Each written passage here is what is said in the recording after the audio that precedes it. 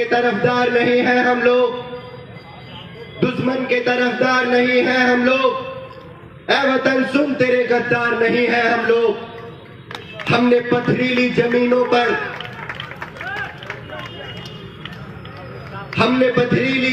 पर कुएं खोदे हैं, आज एक बूंद के हकदार नहीं है हम लोग।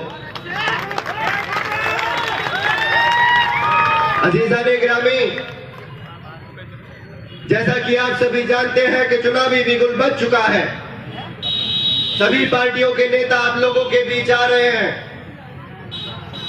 मेरे भाइयों, मेरी बहनों, मैं भी अलीगढ़ से आप लोगों के बीच आया हूं।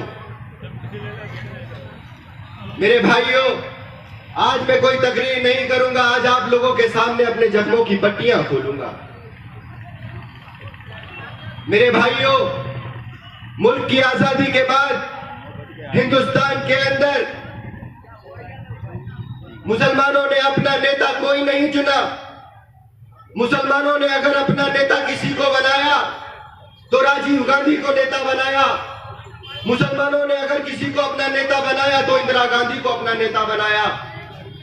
मुसलमानों ने अगर किसी को नेता बनाया तो राहुल गांधी को अपना नेता बनाया।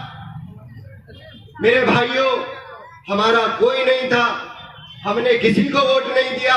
जिसने भी कहा हम सेकुलर हैं, हम हिंदू मुस्लिम सिख ईसाई सभी को साथ लेकर चलेंगे, हमने उसी का साथ दिया। जिसने कहा कि कमजोरों मजलूमों, हम तुम्हारे बच्चों के हाथों में कलम देंगे, हम तुम्हारे एरिया का विकास करेंगे, हम तुम्हें सड़कें देंगे, हम तुम्हें कॉलेजेस देंगे, हम तुम्हें हॉस्पिटल देंगे, हमने उन लोगों का साथ दिया। लेकिन मेरे भाई, उन लोगों ने हम लोगों को क्या दिया? उन्होंने जब कहा कि गरीबों तुम्हारे बच्चों के हाथों में कलम होगी, तो हमने इसी उम्मीद से वोट दिया था ना।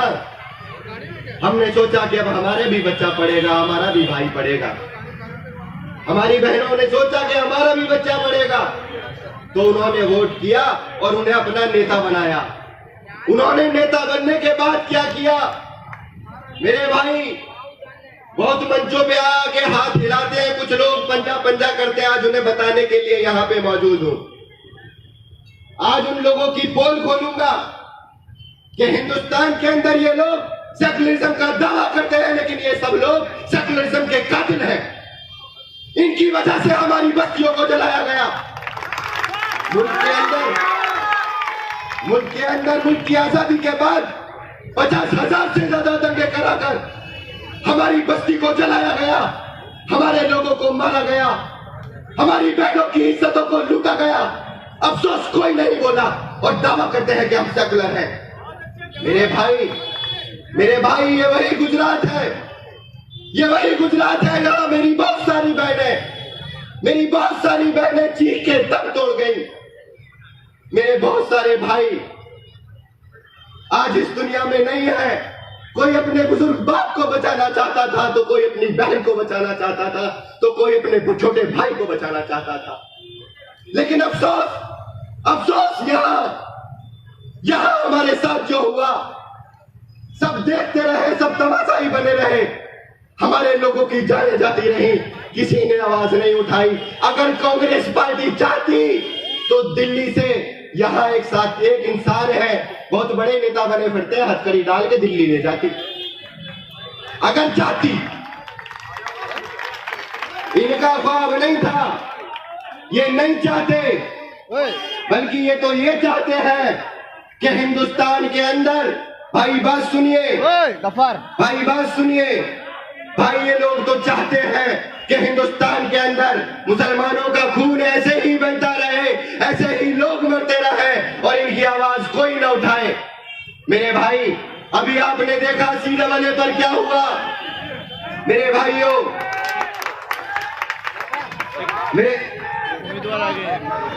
एक मिनट, चलो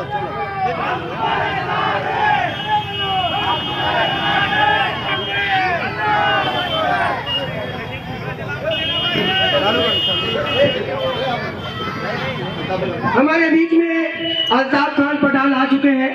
आप लोग को पता है कि अल्ताफ अंसारी और सुफियान राजपूत एमआईएम से रहनुमाई कर रहे हैं। तो हमारे बीच में अल्ताफ खान, जितने भी नाजी अंसारी और सुफियान, चारों कैंडिडेट हमारे बीच में आ गए हैं। मैं फिर से माइक नाजी मजीद सैयद के हाथ में हैंड ओवर करता हूँ। मेरे भाइयों,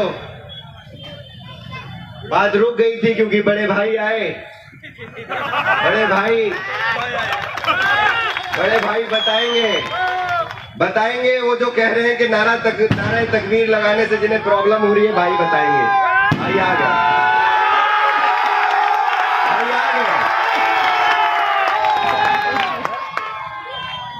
मेरे भाइयों,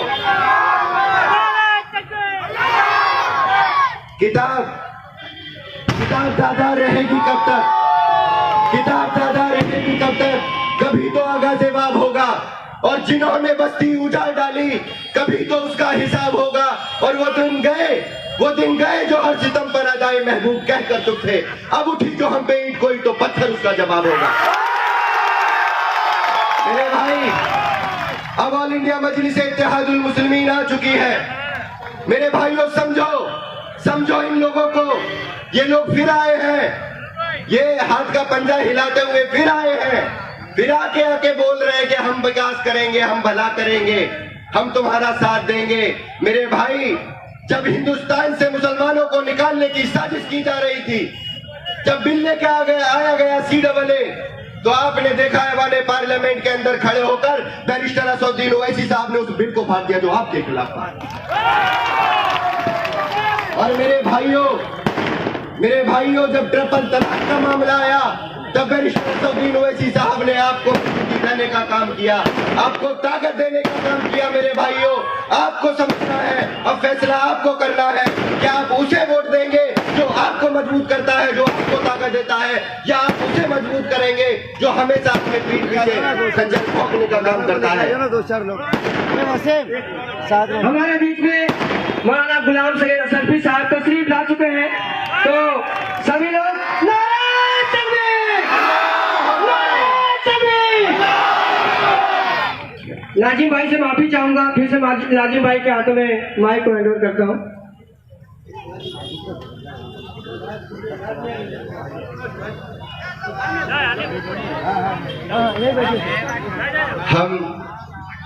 मेरे भाइयों सुनो,